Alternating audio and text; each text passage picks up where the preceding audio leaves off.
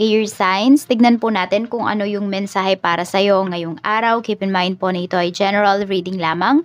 So, hindi po lahat ay makaka-relate. So, be open-minded. Sa mga hindi pa po nakasubscribe dito sa ating channel, please subscribe na po kayo and palike na din po ng ating video.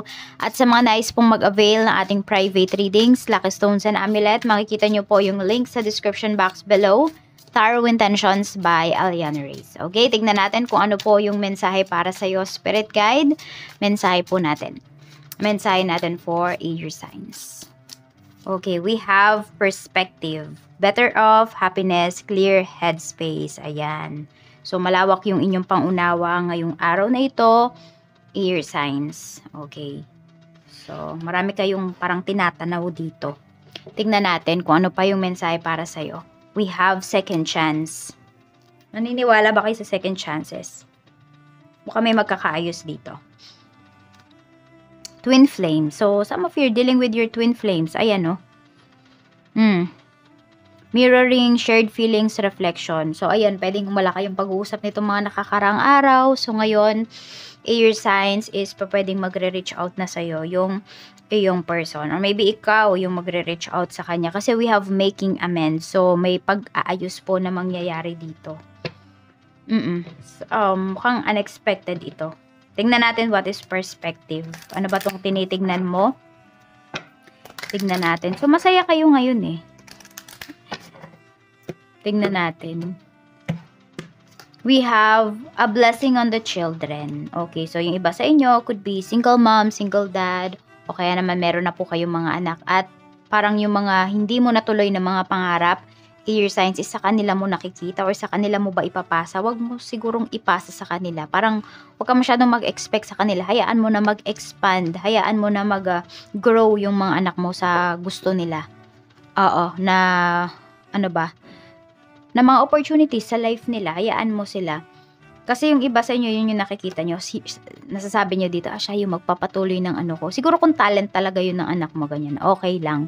Pero yung kung ipipilit, medyo mahirapan kayo dyan. Pero ito blessing on the children, marami po sa inyo is marami kayong masunurin na anak. We have second chance, we have a blessing for unity where once there was division. May pag-aayos nga po talaga dito. So, ayan, pwedeng kung meron kayong hindi pagkakaunawa ng anak mo, so pwedeng magkakaayos kayo dito or could be a family member. We have a blessing to bring clarity. So, malalaman mo pala na yung isang tao na to is twin flame mo pala talaga siya. Yan, kaya din siguro hindi mo siya makalimutan. Tignan natin kung ano pa yung mensahe para sa'yo. What is perspective and the blessing on the children, spirit guide. So, dito sa mga anak mo or sa mga pamangkin mo, air signs, may nakikita ka talaga na malayo yung mararating. Hindi naman sa ginajudge mo yung iba mong mga pamangkin or yung iba mong mga anak. Pero may nakikitaan ka talaga dito ng potential.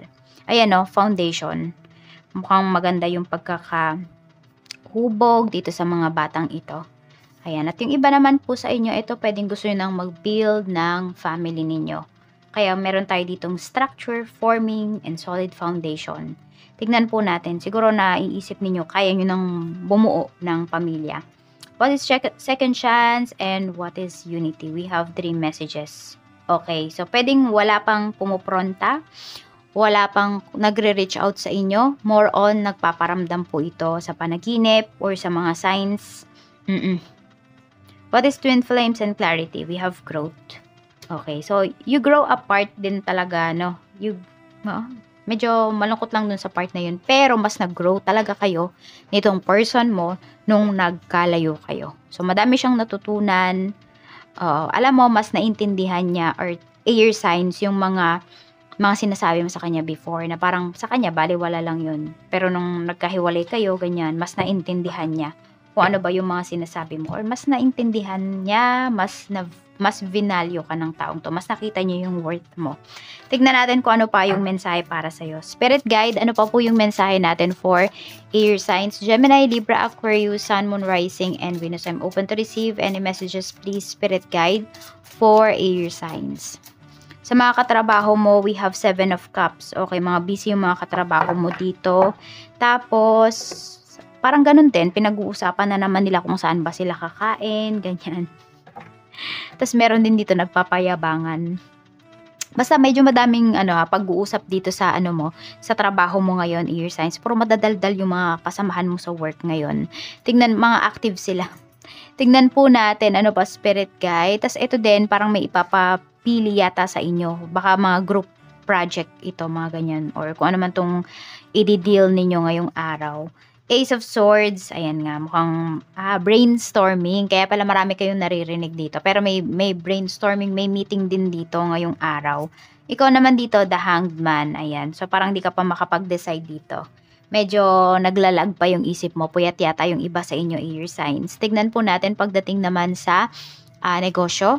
Okay, we have 4 of Swords. Medyo stress yung iba sa inyo. Pagdating dito, parang hindi nga talaga nakatulog yung iba sa inyo. Madami atang puyat dito na air signs ngayon. So, even sa negosyo po ninyo, ito yung sales ninyo. Medyo hindi kayo mapakali. 8 of Cups. May mga delays dito. So, air signs, kung siguro ilang beses nang nangyari yung delays na ito, baka kailangan nyo na mag-iba ng ng supplier, ganyan. Basta meron kayong kailangang ibahin kasi pwedeng bumababa po yung sales ninyo. Tignan natin pagdating naman po sa mga stuffs mo. We have the High Priestess. We have 9 of Swords. Mga puyat nga yung mga stuffs mo dito. Tapos, meron din dito, gusto yatang magpaalam sa'yo. Mayroong gustong umalis, ganyan. Baka may offer sa kanya kasi. Nasabi natin, mas maganda yung offer sa kanya. Kaya lang nahihiya yata sa yung magpaalam, ganyan. Tignan natin. Siguro kausapin mo na lang kung may napapansin ka dito. Kasi marami naman sa inyo is aware naman kayo sa mga nangyayari or conscious kayo sa mga nangyayari sa paligid ninyo. So, ask mo na lang siguro siya kaysa naman mag-awol pa yung tao na to. Tignan natin sa mga clients mo, we have Wheel of Fortune. Mga galante naman yung mga kliyente mo ngayon. We have the Lovers. Marami kayong mga clients na mga couples ngayong araw na ito. Parang masasabi mo, Valentine's ba? So, tingnan natin kung ano po ang mensahe para sa pagdating naman po sa kaperahan. We have King of Swords. Tapos meron tayo ditong Strength. Ayan. So, medyo nag-iingat na talaga kayo pagdating sa pera. Air signs din na kayo basta-basta naglalabas. Ngayon ng pera. Mahigpit kayo ngayon. Ayan po. Siguro meron kayong pinag-iipunan dito. Or nag-iipon nga talaga yung iba sa inyo. Tignan po natin pagdating naman sa mga single. We have 6 of Swords. So may mga nagmo-move forward dito. Parang kayo yata yan, no? Nagmo-move forward kayo dito from your twin flames. Tignan natin kung ano pa spirit guide. Ace of Wands para po sa mga actually, may nag-iisip sa inyo ngayon, air signs. Sa mga in a relationship, ayan, lagi kayo iniisip ng person nyo. Parang kayo lang yung laman ng isipan niya ngayong araw na to. Oo. Tingnan po natin. Pagdating sa mga married, we have Queen of Swords. Sa mga married naman natin dito, nag-overthink kayo. Kasi pwedeng hinihintay ninyo tong asawa ninyo, pero hindi pa siya nagre-reach out hanggang ngayon. Naiinip na po yung iba sa inyo. Tingnan natin. So, meron dito hiwalay talaga sa asawa, Kasi Queen of Swords. Parang, ayun, ngayon kayo na yung breadwinner sa family. Kayo na yung lahat talaga. As in, wala na kayong kaagapay po dito. So, we have number 35, 37, and 11. Yan po yung inyong lucky numbers, air signs. Maraming salamat po. Mag-iingat kayo always. More blessings to come and see you again tomorrow.